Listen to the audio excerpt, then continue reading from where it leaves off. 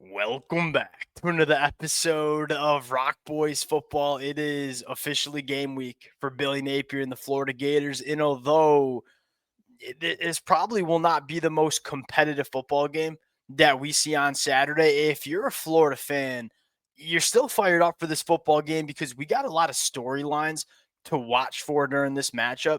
And I think number one, look, this is a Florida team that I know has the ability to go out and win a national championship. Like, let's just rip the Band-Aid off and have that conversation. If things go right for Florida, this roster gets maximized. I'm not surprised that this is a national championship contending football team, but we can be honest with ourselves that this team hasn't exactly been the beacon of health over the last couple of weeks. You get an opportunity to see where this team is from a health standpoint. But at the same time, you got a lot of young players on this roster that Florida's going to rely on heavily in 2025. And if we close our eyes and we envision this team going out and winning the national championship, there are some freshmen that need to be studs. There are some year two guys that need to be studs for Florida. This is an opportunity for us kind of get a feel for where some of this young talent is at on this Florida Gators roster. And I think the best way to sum up this conversation is that this is a preseason game for Florida in a way that Florida hasn't really had the last couple of years. In years prior, Florida's been thrusted into the fire, playing big games week one. And we can be frank about it, hasn't really gone Billy Napier and Florida's way. You get an opportunity to get the ball rolling, to, mix and match some personnel, get a feel for who your best football players are with the whole goal in mind of, hey, how can we become the best version of ourselves as we go on the road week 3 and play LSU? This is going to be valuable opportunity for us to learn about this team and for this coaching staff to learn about this football team. Now, what are we looking for in this game? That's what I want to get into before we do. And as always, the Florida fans, appreciate you guys. Many of y'all know how I feel about this team going into 2025. It has been a blast to talk this team in the offseason during fall camp. The amount of support's been amazing. Appreciate you guys. If y'all do enjoy the content, consider subscribing to the channel. Without further ado, let's get into it now. Let's start with the main event. The main storyline, DJ Lagway. How does he look now? Yes, we want to see DJ Lagway look good from a health standpoint. I think a lot of Florida fans are probably more concerned with how does he look commanding this offense. Even if DJ Lagway is 100% healthy in this football game, of which I think it sounds like he's going to be, didn't really play a ton of football in spring practice, didn't really play a ton of football in fall camp, hasn't thrown to a lot of these wide receivers over the last couple of months. How does DJ Lagway look running this offense, throwing to his new pass catchers? Look, I think this wide receiver room is has the potential, I should say, to be really, really dangerous. But DJ Lagway hasn't thrown to a lot of these pass catchers. Like, this is a very valuable game for DJ to get some live reps with his top pass catchers. So we're clicking and firing on all cylinders as we go on the road to LSU. Here's the other thing: how does Florida plan on using DJ Lagway? I would be surprised if we see any design quarterback runs from DJ Lagway in this football game, because you don't need to run DJ Lagway to win this game. Are we going to see them decide to run DJ Lagway at some point in the season? Because you look at that week 3 matchup against LSU and say that could be a game where you decide to utilize the athleticism that DJ Lagway has. That might be the most underrated part about this cat's game. I mean, he was legitimately banged up last year playing as a freshman in the SEC. Go back to his high school film his senior year. We are talking about a dynamic athlete, not only in design quarterback runs, but in terms of being a playmaker, getting himself out of trouble, getting outside the pocket, throwing off platform. Those were all things that we know he can do, because you go back to the high school tape and you see him do that. We didn't get a chance to see him do that last year because of how banged up he was. Do we see DJ Lagway tap into that athleticism a little bit more? That's another question I have. And again, how much are we going to see it against a team like LIU? I don't know. but I am excited to get a sense of how DJ Lagway wants to operate in this Florida offense. And I think what the thing you're looking for here is we know he can make the draw dropping throws. I think if Florida wants to take a significant step on the offensive side of the football, you want to see DJ Lagway run this offense a little bit better, rely less on the not necessarily rely less on the deep ball. I think the best way to say it is rely less on the improvisation. Hey, can we take a three-step drop? Put our back foot in the ground and deliver a football on time more consistently than what we saw last year. What should excite Florida fans the most about DJ Lagway is he showed that he was a really good football player as a freshman in the SEC last year. There is a lot of meat left on the bone for this kid to get better going into 2025. How big has the step been for DJ Lagway? Maybe we get a sense against LIU in this football game.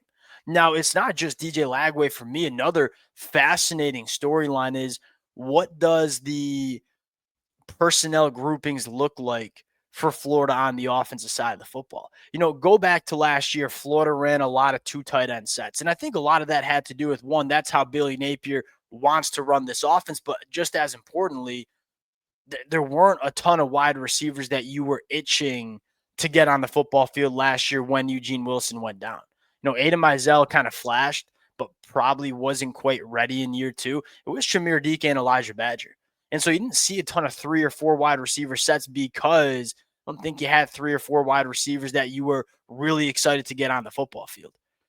Going into 2025, I mean, Jay Mike, Dallas, we're not sure if he's going to be healthy for this game, but Dallas, Eugene Wilson, Aiden Mizell, Vernell Brown, these are all wide receivers that I think you are desperately trying to get on the football field. And so the question I have is, are we going to lean on as much 12 personnel as we did last year? Because I'm looking at and saying, as much as I do like some of the tight ends, I want these wide receivers on the field. The best version of Florida when they're on offense to me is having 3 wide receivers, if not 4 wide receivers on the football field at the same time. If you can find ways to get J. Mike, Dallas Wilson, Eugene Wilson, and Vernell Brown all on the field at the same time, that is going to put a massive amount of pressure on opposing defenses dealing with all that playmaking ability. Do we lean into getting more wide receivers on the football field in this season because of the talent we have in the room? We haven't always seen Billy Napier, pivot from the way he likes to do things.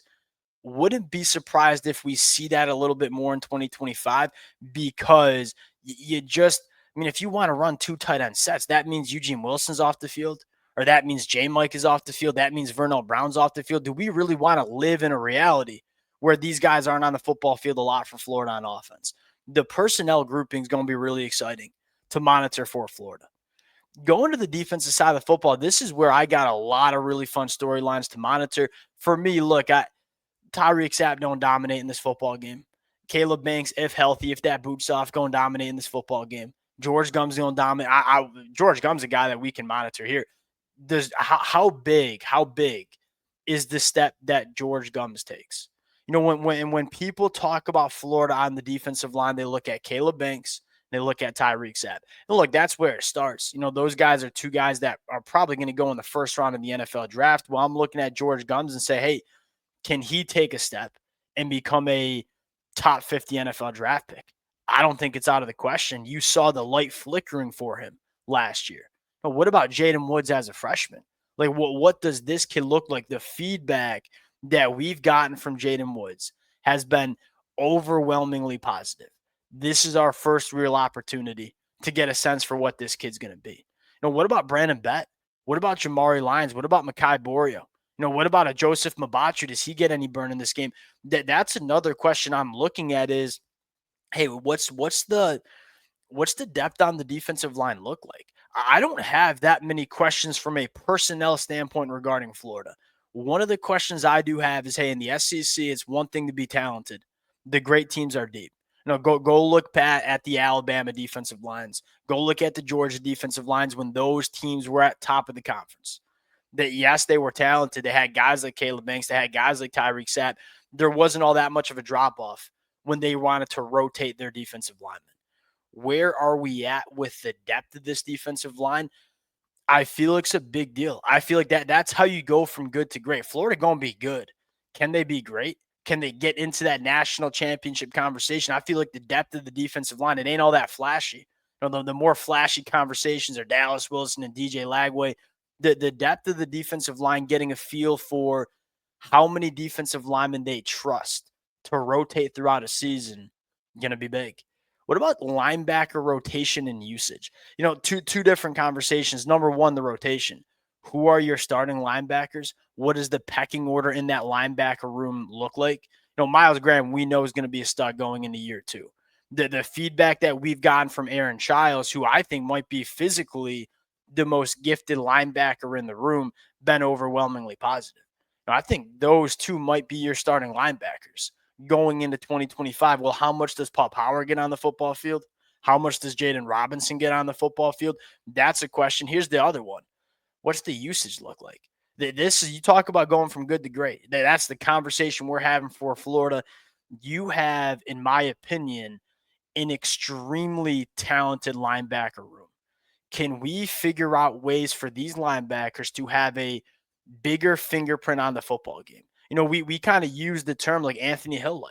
Last year, Florida had good linebacker play, but they didn't have a single linebacker that had over 5 TFLs last year. Anthony Hill had 17. Anthony Hill had 10 and a half sacks.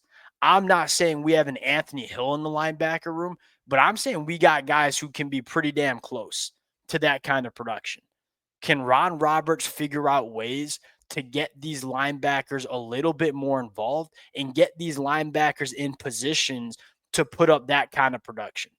That's another talking point I have. And again, I'm not sure how much you're going to see it right now. Like, if you're Ron Roberts, do you want to show your linebacker packages to LSU on film? No, probably not.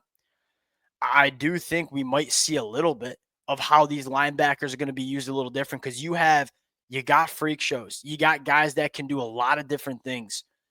Try to put them in spots where they can go do that. About secondary position battles in the freshman safeties. Number one, Kermani McClain, DeJon Johnson. What does that cornerback battle look like? And here's another thing. Do we play around with playing DeJon Johnson as a nickel defender? Like, if Kermani McClain, and going back to like the conversation we had, with the wide receivers, is that we got to figure out a way to get our best football players on the field. If Kermani McClain beats out DeJon Johnson, well, do you want DeJon Johnson on the sideline for the majority of the football game and only getting kind of rotated in?